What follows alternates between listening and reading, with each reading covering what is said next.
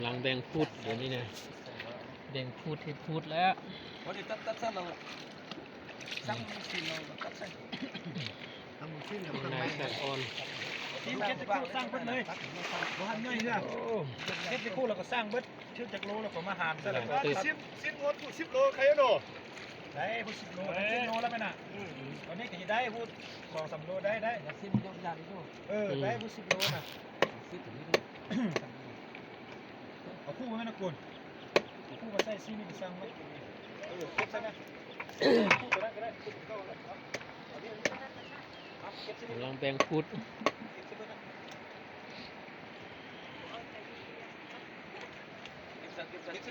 เก็บใส่หลอดห้างซะเลยอ่ะมีตามข้างตามอย่างก็เก็บใส่หั่นเราสั่งเลยตอนนั้นเก็บซะเลยมันสิบ่นั่นสิเก็บซีดประเภทเดียวกันคือเจ้าโลละห้านเลยแม่มันสิยากครับซีดนู่นนี่น่ะ ตามข้างตัวเดียวเลยนะเอาใส่หั่นเราก็สั่งแล้วทึกจะได้เราก็แจ้งเลย ซีตามข้างกับแป้งใส่ตั้งห้าง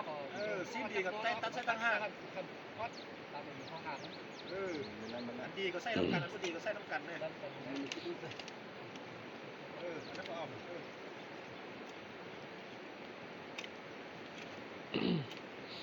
มันใส่จากหูมาจากโลมาหั่นกันเต้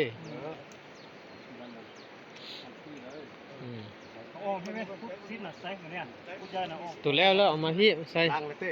คนเอาเฟี้ยได้ดีมืดแล้วนี่เราเฮ็ดน่ะ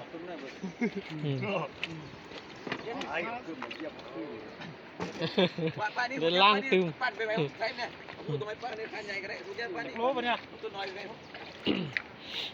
ฮะ13หาร4 3 โล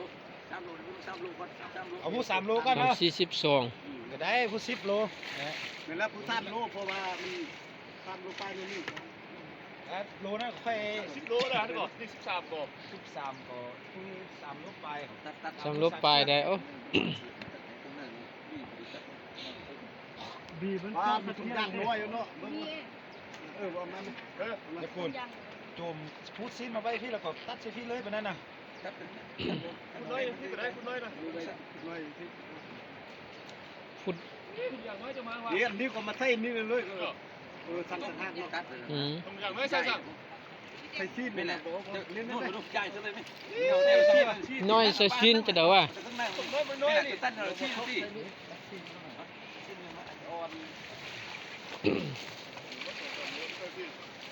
ออกรูนึงก่อนออกรูเอาซีนตักข้างออก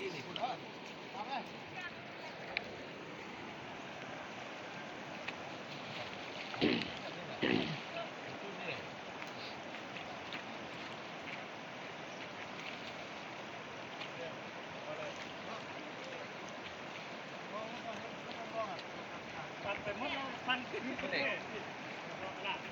พันหมดแล้วพันขึ้นเลย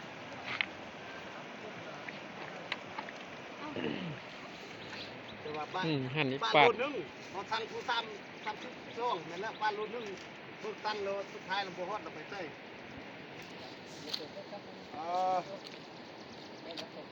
ก็ซีนสั่งได้แล้วก็ใครเอาพูดใดก็ไว้ตั้งห้าแล้วก็ลูกไปเลยครับพันเป็นห้าครับ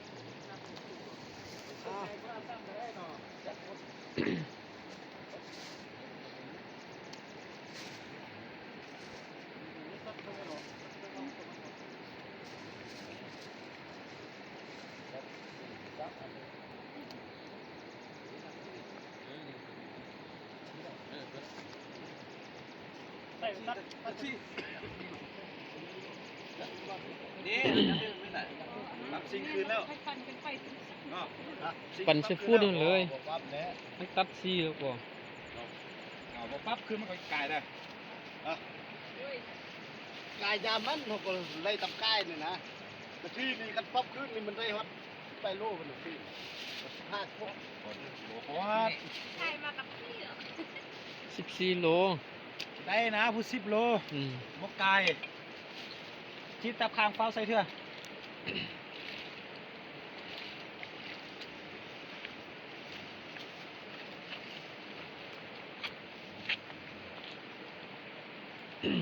ปิ้งซีน ได้เชื่อไม่ ที่เป็นแฮมไม่นอกนี่เงี้ยเอาเคลียร์ทานมาซะเบิ่ง พันมัดแล้วเนี่ย ตัวบ่ซิงคืนมาพอดีตัวไปสร้างกายเลยมันก็บ่ฮอดเล็ก4ฟุตปั๊บซิงมันพอดีเป๊ะกันแม่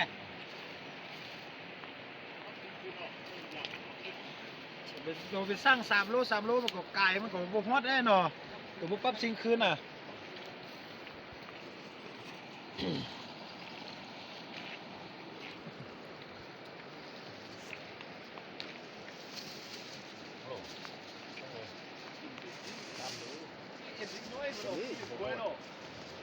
มันเป็นหัว อืม ชีตัวบ่รู้ตลอด